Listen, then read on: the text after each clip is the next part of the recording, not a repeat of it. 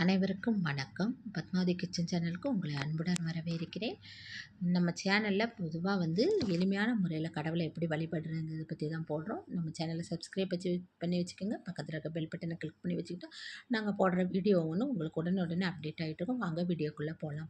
சஷ்டி விரதம் இன்று வளர்பிறை சஷ்டி. சஷ்டினாலே நம்ம ஞாபகத்துக்கு வருது முருகப்பெருமான். சஷ்டி விரதம் இருந்து முருகப்பெருமானை நம்ம வழிபடும் போது 100% நினைத்தது நிறைவேறும், கேட்டது கிடைக்கும், சொந்த வீடு அமையும், செல்வ வளம் பெருகும், குழந்தை பாக்கியம் உண்டாகும், மாணவர்களுக்கு கல்வி செல்வம் அதிகரிக்கும்.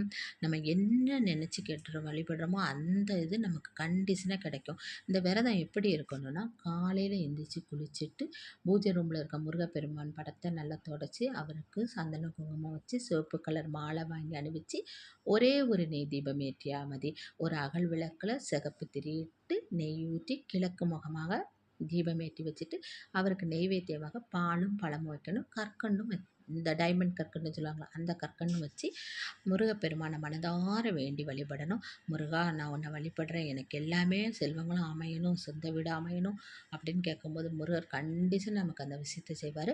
இப்படி 9 சஷ்டி விரதம் நம்ம மேற்கொள்ளும்போது நம்ம நினச்ச காரியங்கள் எல்லாம் நிறைவேறும். கல்யாணமாகாத பெண்களுக்கு கூட கல்யாணமாகும். நம்ம விரதம் இருந்துட்டு விரதம் முழு நேரம் இருக்க முடியாதவங்க பால் பழம் அருந்தி கூட வயசானவங்க விரதம் இருக்கலாம், தப்பில்லை. அந்த சமயத்தில் பகல் பூரா முருகனுடைய கந்த சஷ்டி கவசத்தை பாராயணம் செய்யணும். சாயந்தரம் ஆகும்போது ஒரு 6:30 மணி ஆகும்போது பக்கத்தில் முருகன் கோயில் இருந்தால் முருகன் கோயிலில் போய் ஒரு நெய் விளக்கு ஏற்றி வச்சு அங்கேயும் சாமி கும்பிட்டுட்டு வீட்டுக்கு நம்மளுடைய விரதத்தை நிவர்த்தி நிறைவு பண்ணிக்கலாம். அப்படி இல்லை, நம்ம முருகன் கோயில் போக முடியல, அன்னைக்கு நேராயிட்டு அப்படின்னு நினைக்கிறவங்க என்ன செய்யலாம், வீட்டிலேயே சாயந்தரம் விளக்கேற்றி பால் வச்சு முருகனை வழிபடணும். அதே போல் வழிபட்டுட்டு அந்த பாலை கூட எடுத்து நம்ம குடித்து நம்மளுடைய விரதத்தை நிறைவு பண்ணிக்கலாம். இது போல் செய்யும்போது இந்த முருகனுடைய அருள் நமக்கு கண்டிஷனாக கிடைக்கும். அது மாத்திரம் இல்லை, ஒவ்வொரு சஷ்டியும் விரதம் இருக்க நம்ம வாழ்க்கையும் நிலையும் உயரும், நம்ம வீட்லேயும் செல்வ செழிப்பு உண்டாகும்.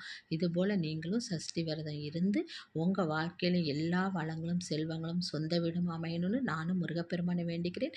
இந்த வீடியோ பிடிச்சிருந்தா லைக் பண்ணுங்கள், ஷேர் பண்ணுங்கள், சப்ஸ்கிரைப் பண்ணுங்கள். இன்னொரு பதிவில் உங்களை சந்திக்கிறேன். நன்றி.